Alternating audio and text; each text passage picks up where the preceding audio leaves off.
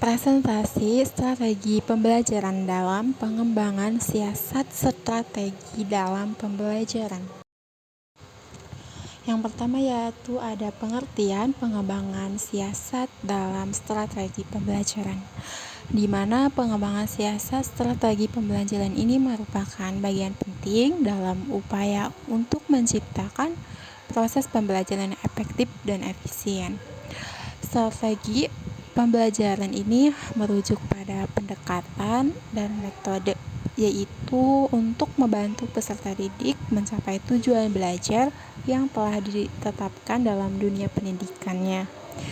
Pengembangan strategi pembelajaran bukan hanya soal memilih metode pengajaran, tetapi juga bagaimana menyesuaikan strategi tersebut dengan kebutuhan, karakteristik peserta didik, serta konteks dan lingkungan belajarnya. Selanjutnya, ada langkah-langkah dalam pengembangan strategi pembelajaran. Yang pertama yaitu ada analisis kebutuhan pembelajaran, di mana analisis kebutuhan pembelajaran ini yaitu untuk menentukan tujuan pembelajaran, yaitu menyusun tujuan yang spesifik, terukur, dan relevan dengan kebutuhan peserta didiknya. Ini juga bisa ditujukan berupa pengetahuan atau keterampilan tertentu yang ingin dicapainya.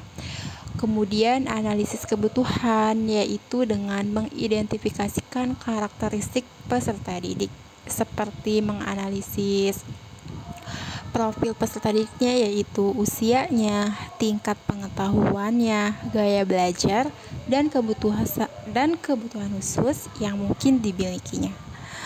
Kemudian analisis kebutuhan pembelajaran ada menilai dan memahami lingkungan konteks di mana pembelajaran ini akan berlangsung, termasuk fasilitasnya, teknologi yang tersedia, waktu yang diberikan, dan dukungan lainnya.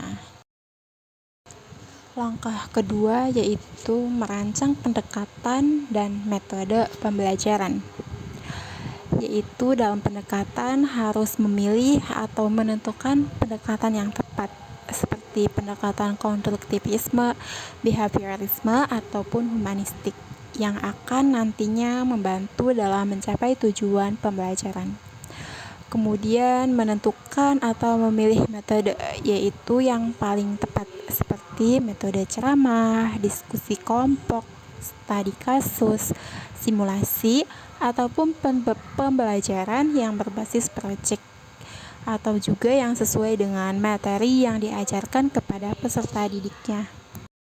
Langkah yang ketiga yaitu mengembangkan materi dalam media pembelajaran, di mana yang pertama yaitu mengembangkan materi pembelajaran yaitu harus menyusun atau memilih bahan ajar seperti buku, modul, presentasi, atau videonya yang sesuai dengan tujuan dan menarik bagi peserta didik. Kemudian yang kedua, menggunakan media yang mendukung dalam pembelajaran seperti alat peraga, teknologi digital, ataupun aplikasi pembelajarannya. Kemudian langkah yang keempat yaitu merancang kegiatan pembelajaran. Yang pertama yaitu menyusun kegiatan pembelajaran dengan sistematis, yaitu seperti dimulai dari pembukaan, kegiatan inti, hingga penutupan. Yang kedua, merancang aktivitas yang dapat melibatkan peserta didik secara aktif, diskusinya, simulasi, atau proyek kelompok.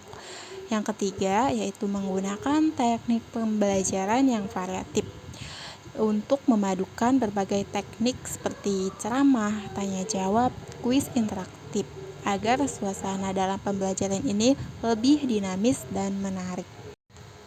Langkah terakhir yaitu melaksanakan evaluasi pembelajaran.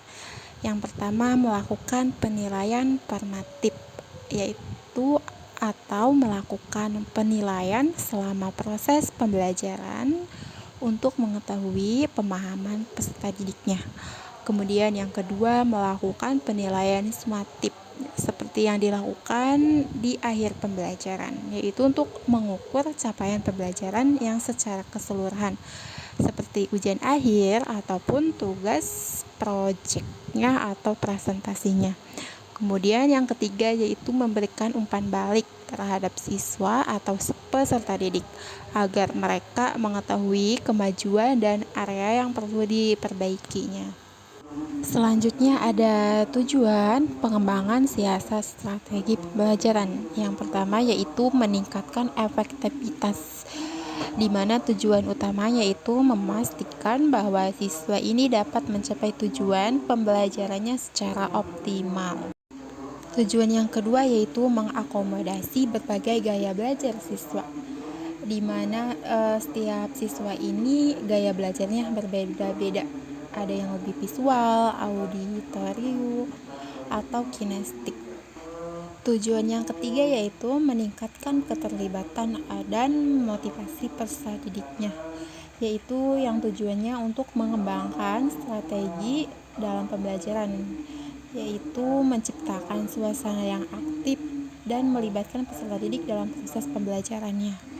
Yang keempat yaitu memfasilitasi pencapaian tujuan pendidikan, yaitu untuk memastikan bahwa tujuan pendidikan jangka panjang, baik itu terkait pengetahuan, keterampilan, atau sikap yang dapat tercapai dengan efektif. Yang kelima ada meningkatkan kualitas pengajaran, yaitu membantu peserta didik untuk menjadi lebih kreatif dan inovatif dalam merancang proses pembelajarannya. Yang keenam yaitu menciptakan pembelajaran yang berpusat pada siswa, yaitu untuk memfokuskan proses pembelajaran bukan hanya pada pengajaran dari guru saja, yaitu mendesain pengalaman pembelajaran yang memungkinkan peserta didik ini lebih aktif, mandiri, dan bertanggung jawab atas pembelajaran mereka sendiri. Yang ketujuh yaitu meningkatkan keterampilan sosial dan kolaborasi peserta didik.